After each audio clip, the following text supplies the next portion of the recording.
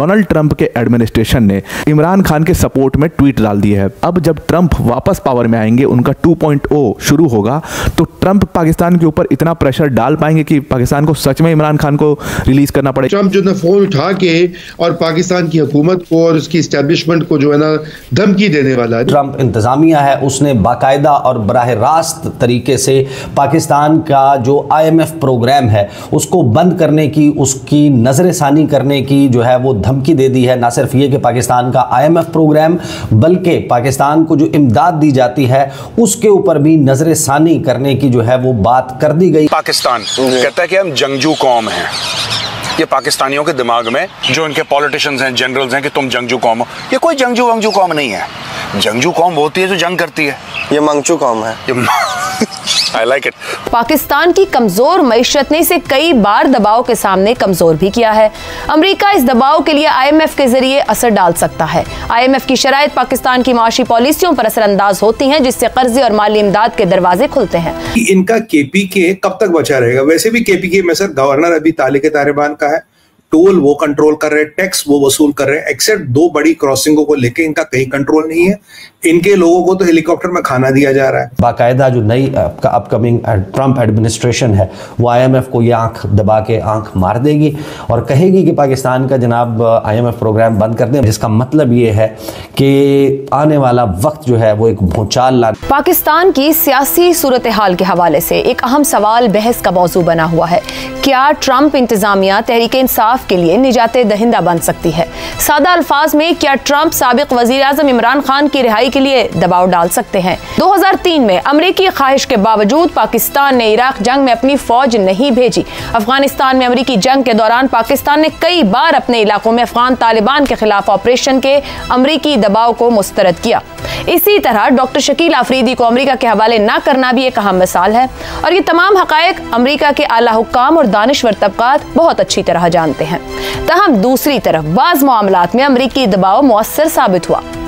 मिसाल के तौर पर सदर क्लिंटन की कोशिशों से नवाज शरीफ को सजा से बचाना, 2007 में बेनजीर भुट्टो की वतन वापसी में भी अमरीकी असर और रसूख शामिल था।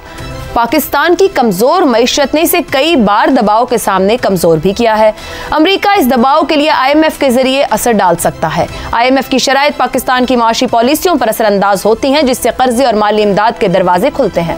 अब इस सारे तनाजुर में मौजूदा सूरत हाल की बात करें तो नौमुंतखब सदर ट्रंप ने अभी तक इमरान खान के हवाले से कोई बयान नहीं दिया, बल्कि उनके एजेंडे में पाकिस्तान का जिक्र ही नहीं। उनकी तवज्जो मुल्क की इस्लाहात, गैर कानूनी तारिकीन वतन और चीन के साथ तिजारती मामलात पर है। तहरीक इंसाफ की ओवरसीज पाकिस्तानी लॉबी अगर फाल रही तो क्या ट्रंप इंतजामिया में उन्हें किसी हद तक हिमायत मिल सकती है? तहरीक इंसाफ की इन कोशिशों का क्या असर होगा? क्या सदर ट्रंप की जानिब से इमरान के हक में कोई बयान आएगा? सबसे बढ़कर बानी PTI की हिमायत से अमरीकी मफादात कैसे जुड़ते हैं? क्या एक अहम पहलू चीन का भी हो सकता है? ट्रंप इंतजामिया मुमकिना तौर पर चीन मुखालिफ हिकमत अमली के तहत इक़दामात करेगी। अगर चीन को महदूद करने की कोशिशों में शिद्दत आई तो पाकिस्तान पर भी दबाव बढ़ सकता है। क्या इस दबाव के दौरान अमरीका इंसानी हुकूक की खिलाफ वर्जियों और सियासी कैदियों की रिहाई जैसे मुतालिबात कर सकता है? ट्रंप के पहले दौरे सदारत से साबित होता है कि ट्रंप के बारे में कुछ भी प्रिडिक्ट करना आसान नहीं, मगर यहाँ फिर सवाल ये होगा कि बानी PTI को लेकर ट्रंप की किसी कोशिश पर अमरीकी डीप स्टेट का मौक़िफ़ भी क्या ट्रंप वाला ही होगा? आने वाली ट्रंप इंतजामिया जो है उसके साथ लड़ाई बहुत ज्यादा बढ़ जाती है, तो कहीं पाकिस्तान की यह खदशा मौजूद था कि इमदाद बंद कर दी जाएगी, पाकिस्तान का IMF प्रोग्राम जो है उसको रोल बैक करने के हवाले से, वो बंद करने के हवाले से जो है मामला उस नहज पर जा सकता है। लेकिन अब इंतहाई परेशान कुन खबर वाशिंगटन DC अमेरिका के दारुल हुकूमत से आ रही है, और वो खबर ये है कि अमेरिका ने बाकायदा जो नई ट्रंप इंतजामिया है उसने बाकायदा और बराह रास्त तरीके से पाकिस्तान का जो IMF प्रोग्राम है उसको बंद करने की, उसकी नजरसानी करने की जो है वो धमकी दे दी है। ना सिर्फ ये कि पाकिस्तान का IMF प्रोग्राम, बल्कि पाकिस्तान को जो इमदाद दी जाती है उसके ऊपर भी नजरसानी करने की जो है वो बात कर दी गई है। और साथ ही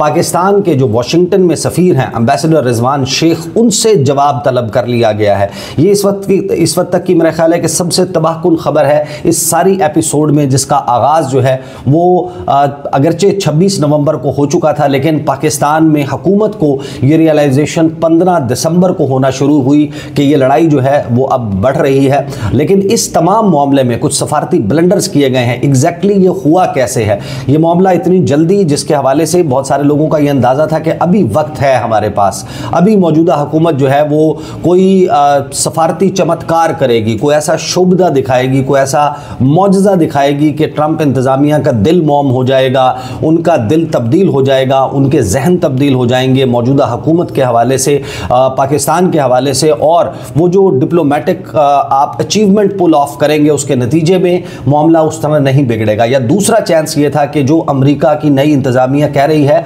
उस पर कुछ लो की पॉलिसी पर थोड़ा सा रिट्रीट किया जाए, मामले को जो है वो सुलह जो तरीके से पाकिस्तान की सियासी लड़ाई को ख़त्म किया जाए। तमाम फरीकैन जो हैं वो दो कदम पीछे हटे, इमरान खान के साथ जो है मुज़ाकरात की मेज़ पर बराह रास्त बैठकर कुछ उनके जो मुतालबात हैं उनको माना जाए, कुछ अपने मुतालबात मनवाए जाएं। लेकिन ये दोनों ऑप्शंस नहीं हुए। अंदाज़ा ये था कि 20 जनवरी से काम शुरू होगा, लेकिन 25 और 26 दिसंबर की दरमियानी रात मेरा ख्याल है कि वो तूफ़ानी रात है जो इस तमाम एपिसोड को क्लाइमैक्स के ऊपर अब ले जाने का आगाज़ कर चुकी है। जो धमकी दी गई है उसकी वजह बुनियादी तौर पर ख्वाजा आसिफ साहब, वज़ीर दिफा पाकिस्तान के, अब वो दिफा के वज़ीर हैं, पहले वो लंदन में मौजूद थे, फिर वो मोरक्को में मौजूद थे।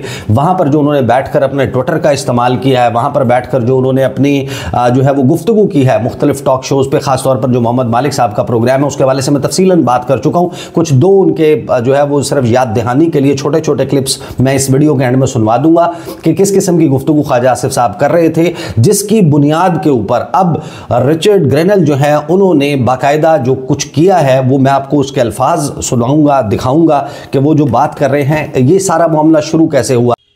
नमस्कार दोस्तों आपको ये वीडियो अच्छा लगा हो तो लाइक करें, शेयर करें, चैनल को सब्सक्राइब करना ना भूलें और बेल का आइकन प्रेस कर दें लेटेस्ट नोटिफिकेशन के लिए। मिलते हैं अगले वीडियो में, तब तक के लिए जय श्री राम।